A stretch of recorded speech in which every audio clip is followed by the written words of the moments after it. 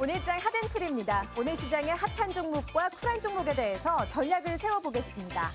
CJ E&M이 나흘째 상승세를 이어가면서 장중 52주 신고가를 경신했고 게임주는 정부가 웹보드 게임 규제안을 철회한다는 소식에 상승하고 있습니다. 하지만 정유화학주가 유가 하락과 시황 회복 기대감 약화에 동반 약세를 보이고 있고 DMS는 적자 전환 소식에 급락하고 있습니다. 이 종목들에 대해서 3명의 전문가와 함께하도록 하겠습니다. 오승석 차장과 이태환 지점장 그리고 양호차 이사 함께합니다. 먼저 CJ E&M에 대한 의견입니다. 이태환 지점장은 1분기 실적 기대로 강세를 보이고 있다면서 조정 시 매수 관점으로 대응하자고 밝혔습니다. 양호차 이사도 문화사업 트렌드의 중심에 있는 기업이라면서 트레이딩 바이가 유효하다고 보고 있고 오승석 차장도 CJ E&M의 앞으로의 주가가 긍정적인 흐름을 보일 것으로 예상하고 있습니다. 다음은 정유화학주에 대한 의견입니다.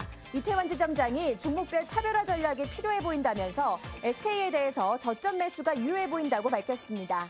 양호차 이사는 정유화학주의 보유 비중 중립을 제시하고 있고 오승석 차장은 계속 보유해보자고 밝혔습니다.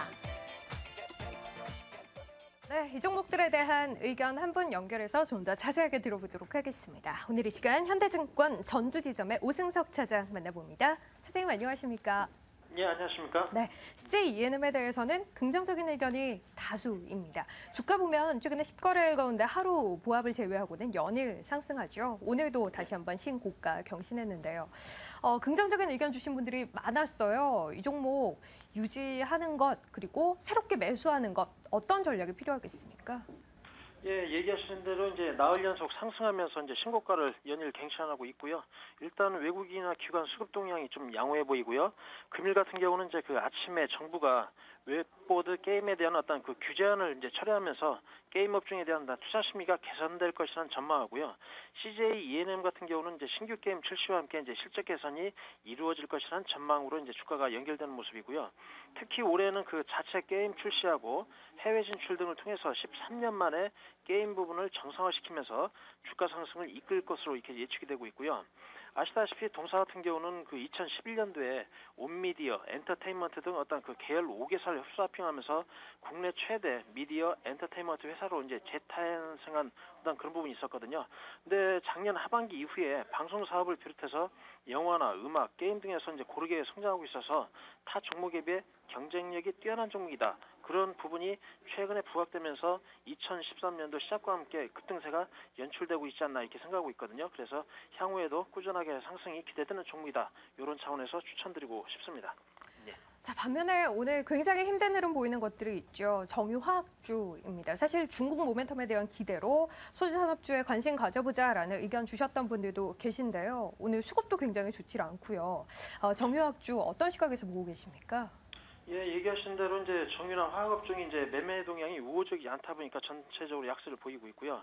약세를 보이고 있는 배경에는 그 화학업종의 경우 전방 산업의 어떤 그 수요 부진으로 인해서 합성, 고무 내지 섬유 등 어떤 재고 보충에서 최근에는 재고 조정 국면으로 전환하고 있다는 분석이 나왔거든요. 그래서 지난해 그 하반기 이후 글로벌 경기 회복에 대한 기대감이 높았지만 생각만큼 이제 회복이 좀 더디고 유가가 하락하면서 시행 기대보다는 좀 빠르게 좀 재고 조정으로 이어졌다. 이런 내용 때문에 주가가 하락하고 있고요. 또 하나는 그 지난 연휴 기간 중에 미국에서 어떤 스퀘스터 협상이 결렬되면서 미국 경기 위축에 대한 우려가 부각되면서 주가 하락으로 이어지는 것으로 좀 파악되고 있는데요. 일단 스퀘스터 같은 경우는 예산 사감이 850달러인데 당초에는 한 6천억 달러였더라고요. 그래서 크게 줄었기 때문에 이 부분에서는 조금 좀 생각 좀 약하게 보시면 될 것 같고요.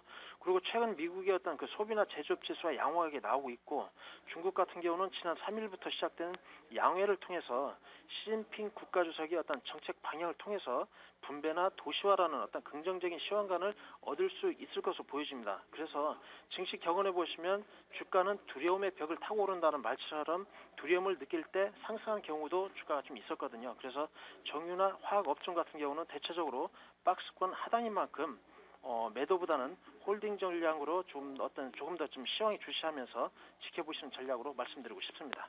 예. 신규 매수에 대해서는 조금 더 지켜보는 것이 낫겠습니까? 매도하는 부분이요. 매도하는 신규 부분은 매수요. 네, 매수 매수요. 접근이요. 네.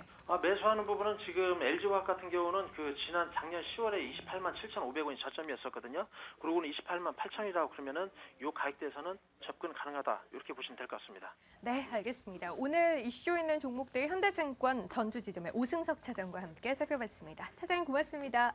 예, 감사합니다. 네.